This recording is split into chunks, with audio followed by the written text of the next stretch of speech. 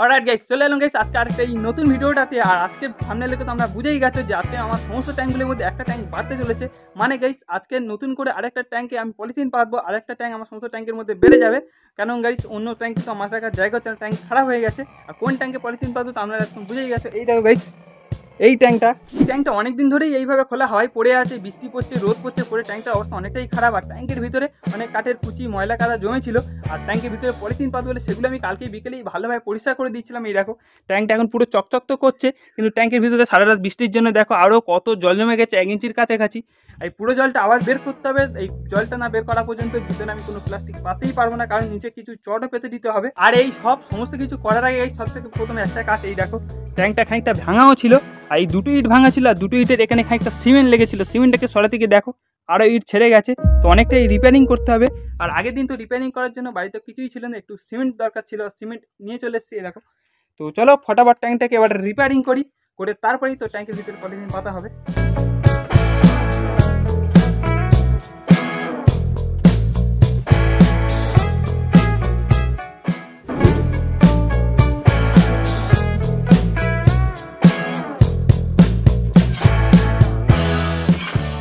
দেখো গাইস, এবার মিস্ত্রি তো আমি, তো চলো এবারে ফটাফট এটাকে মাছি।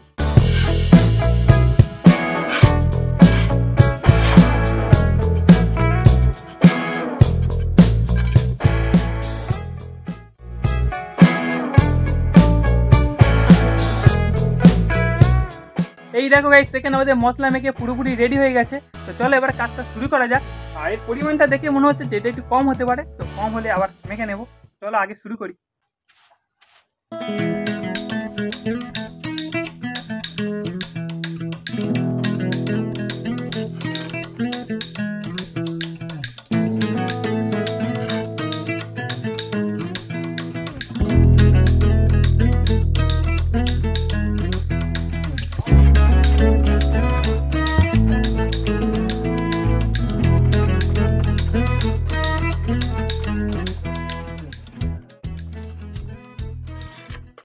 গাইস সেখানে ধীরে ধীরে তিনটে যে ইট বসানো, তিনটে ইট তো বসিয়ে দিয়েছি। আর এইদিকে প্লাস্টারটা খানিকটা ছাড়ানো হয়নি, কারণ সব ভেঙে ভেঙে চলে যাচ্ছিল, সেই জন্য এই ইটটা একটু উঁচু বসেছে। ইট বসানো তো প্রায় কমপ্লিট হয়ে গেছে। এবারে এই যে ফাঁকগুলো আছে, এই ফাঁকগুলোকে আমার অফ করতে হবে মশলা দিয়ে। তারপরে আমার পুরো রিপেয়ারিং কাজ কমপ্লিট হয়ে যাবে। তারপরে একটু অপেক্ষা করতে হবে, করলে এটা শুকিয়ে যাবে, পলিথিন পাতবো।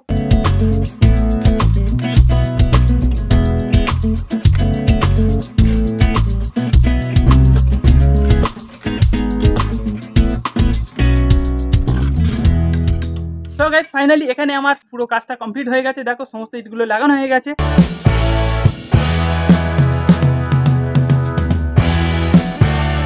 আর এখানে তো আমি আমার প্রপার মিস্ত্রিগিরি দেখিয়ে দিয়েছি। এই কাজটা কেমন হয়েছে আপনারা কমেন্ট করে অবশ্যই জানিও।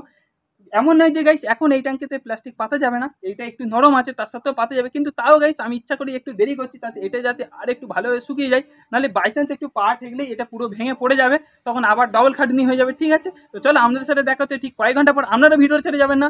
চ্যানেলে নতুন হয়ে থাকলে ফটাফট চ্যানেলকে সাবস্ক্রাইব করো না। ভিডিওটা এতক্ষণ দেখছো, একটি লাইক তো অবশ্যই করে দেবেন গাইস। কয়েক ঘন্টা পর ফিরবো বলে দুদিন মতো হতেই যাচ্ছে। আর সব সময় তো কন্টিনিউ বৃষ্টি আর মেঘলা আকাশ তো হয়েই থাকছে, আর বেলায় করে কলেজ যেতে হচ্ছে, সেই জন্য গাইস আর সময় পাওয়াই যাচ্ছে না। তো ফাইনালি আজকে সামান্য রোদ উঠছে, ঠিক আছে, একটু ভালো আছে। তো চলো সবার প্রথমে দেখো ট্যাঙ্কের নিচে যে সমস্ত জলটা আছে এটা তো প্রথমে পরিষ্কার করে নিই, ঠিক আছে। আর গাইস এই যে ট্যাঙ্কটা, এটা হচ্ছে অনেকটা ইম্পর্টেন্ট ট্যাঙ্ক। আর এই ট্যাঙ্কে কী জন্য বানাচ্ছি আর কী মাছ ছাড়বো, কেন রাখবো, সেটা গাইস ভিডিওর মধ্যেই বলছি। তো চলো প্রথমে জলটা পরিষ্কার করে নিই। গাইস ট্যাঙ্কে তো অনেক কম জল থাকলে কাপড়ের সাহায্যে জলটাকে এক জায়গায় টেনে এনে তারপরে জলটাকে তুললে খুব তাড়াতাড়ি জলটাকে তোলা যায়।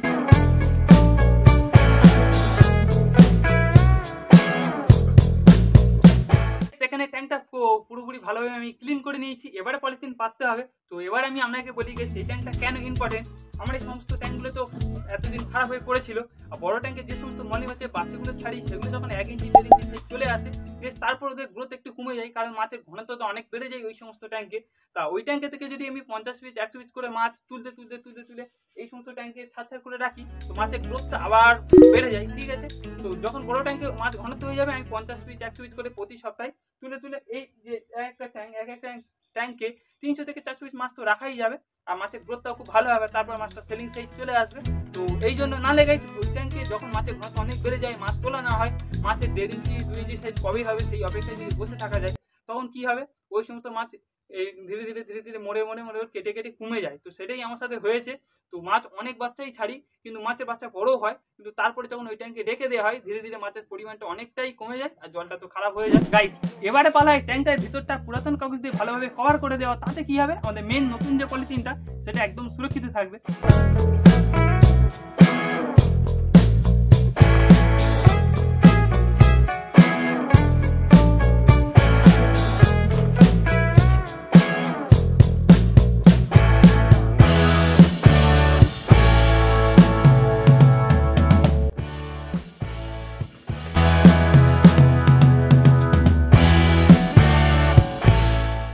দেখো গাইস এখানে আমার অলমোস্ট প্লাস্টিক পাতা কমপ্লিট হয়ে গেছে, পুরাতন প্লাস্টিক। এবার পিছনে এই যে জায়গাটা ফাটা আছে শুধু এই জায়গাটাই খানিকটা দিতে হবে, আর ফ্লোরটা বাকি আছে। তো চলো এটাও দিয়ে কমপ্লিট করে ফেলি।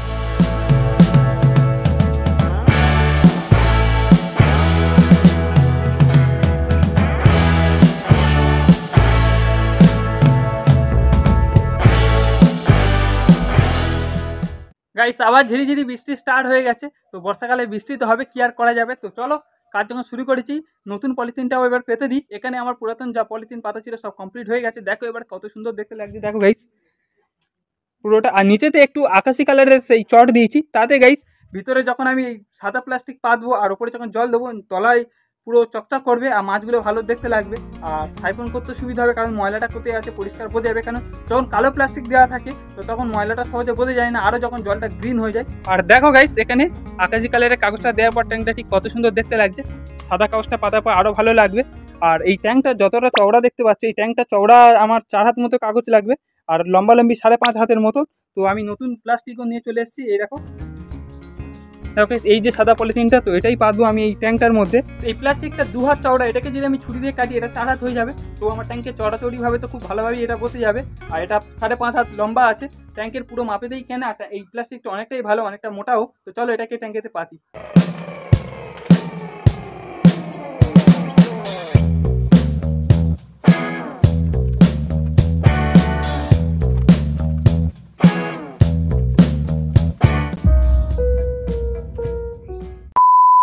গাইস প্লাস্টিকের সাইজটা বড্ড সেম হয়ে গেছে, একটু এদিকে কম হচ্ছে তো ওদিকে বেশি হচ্ছে, ওদিকে বেশি হচ্ছে তো এদিকে কম হচ্ছে, এতটাই সেম হয়ে গেছে দেখতে পাচ্ছ।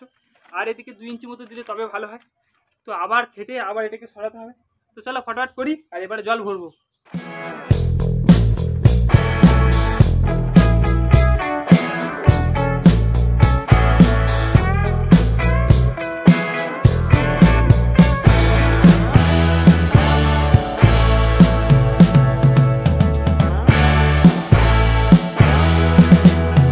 এখন আমি ট্যাঙ্কেতে দিচ্ছি জল। এই দেখো ট্যাঙ্কেতে এখন জল দিচ্ছি, আর এই জল খানিকটা দেওয়ার পরেই জলই আমার হাফের বেশি কাজ করে দেবে। কি হবে গাইস, যখন আমি এতে 3-4 ইঞ্চি জল ভরে দেবো, জল নিচে পুরো প্লাস্টিকটাকে অ্যাডজাস্ট করে নেবে। তারপরে গাইস আমার কাজ হচ্ছে যেখানে প্লাস্টিক টান করছে সেখানে খানিকটা আলগা করে দেওয়া, আর যেখানে প্লাস্টিক আলগা আছে সেটাকে ভালোভাবে টান করে কানাই একটা করে টিপচাপি দেওয়া, যাতে করে প্লাস্টিকটা খুলে ভিতরে না পড়ে যায়।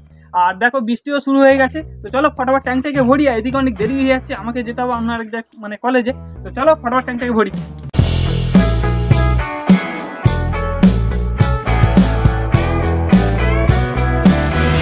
গাইস এবারে সময় হয়ে এসছে ট্যাঙ্কের নিচে যে প্লাস্টিকটা আছে সেটাকে কানাগুলো ভালোভাবে অ্যাডজাস্ট করে দেওয়া, কারণ এতে আমি খানিকটা জলও দিয়ে দিয়েছি। এই দেখো এতে আমি 3-4 ইঞ্চি মতো জলও দিয়ে দিয়েছি, দেখতে পাচ্ছ। এতটা জলই যথেষ্ট। এবার ট্যাঙ্কের এই কানাগুলো ভালোভাবে অ্যাডজাস্ট করা যাবে। আর নিচে দেখো কোনো রকম কোঁচ কাঁচ কিচ্ছু পড়েনি, এতে কোঁচ কাঁচ কিছু পড়লে ট্যাঙ্কটা লিক হওয়ার সম্ভাবনা থাকে। দেখতে পাচ্ছ জল পুরো পরিষ্কার।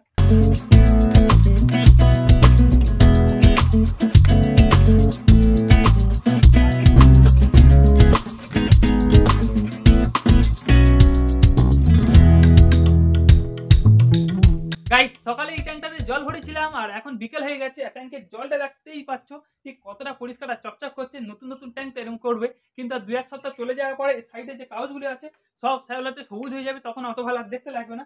এখন দেখো কি দারুণ পরিষ্কার। কিন্তু এই ট্যাঙ্কটাতে জল তো অনেকটাই কম আছে, এইটুকুনি জলে মাছ ছাড়া যাবে না, তাহলে বক নেমে যাবে। তো জলটাকে ফটাফট ভরি। তো চলো 1 2 3। ও গাইস দেখো পুরো ট্যাঙ্কের চারিদিকে জল ভরা হয়ে গেছে আর খানিকটা মাত্রই বাকি আছে, পুরোপুরি দেখতে পাচ্ছ সমস্ত দিকে জলের জল, কিন্তু জলে বেশিক্ষণ থাকা যাবে না, আমার জ্বর এসে যাবে।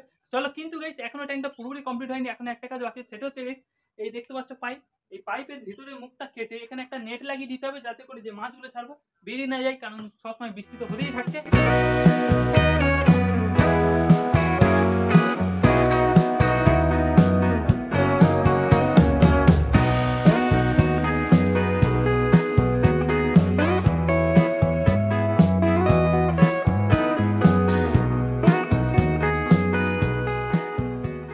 তো গাইস আজকে তো আমার এখানে ট্যাঙ্ক আর ট্যাঙ্কের সমস্ত কাজকর্মগুলো শেষ হয়ে গেল, শুধু যেটা বাকি সেটা হচ্ছে ট্যাঙ্কিতে মাছ ছাড়া, কিন্তু মাছটা আজকে ছাড়া যাবে না, এমনি তো সন্ধে হয়ে এসছে, আর তাছাড়া মাছগুলো বড় ট্যাঙ্ক থেকে তুলতে সেগুলো অনেকটাই সময় যাবে। তো একটা ছুটির দিন দেখে এই সমস্ত কাজকর্মগুলো আমি করবো। তো চলো আজকে ভিডিওটা আমি এখানেই শেষ করছি, আর ভিডিওটা ভালো লাগলে অবশ্যই লাইক, আর চ্যানেলে নতুন হয়ে থাকলে অবশ্যই সাবস্ক্রাইব করে দিও। দেখা হচ্ছে নেক্সট ভিডিও, ততক্ষণের জন্য বাই বাই।